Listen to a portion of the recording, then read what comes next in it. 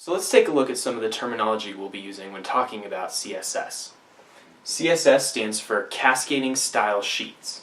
We'll be able to use multiple CSS or style sheets to define multiple rules for our documents.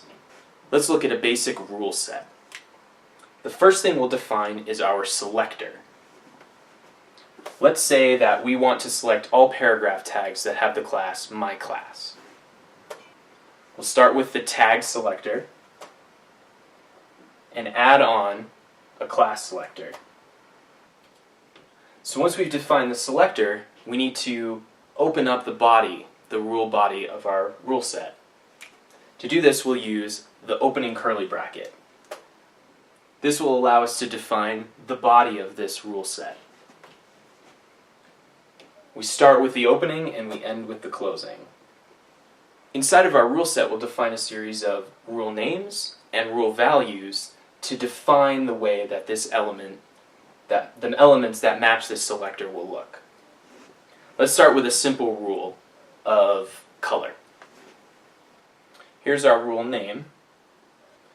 We'll use the colon as a separator to define the name and the value. This is similar to the equals when we were talking about attributes in HTML. Now we'll set a rule value. So we have our rule name, we have our assignment, and we have our rule value.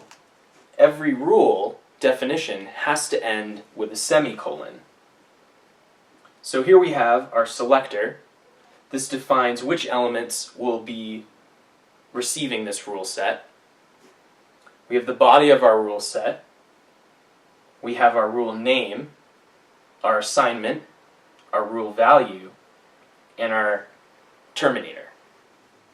We can define multiple rules by just doing multiple lines. We can do them all on the same line as long as we're ending each rule with a semicolon.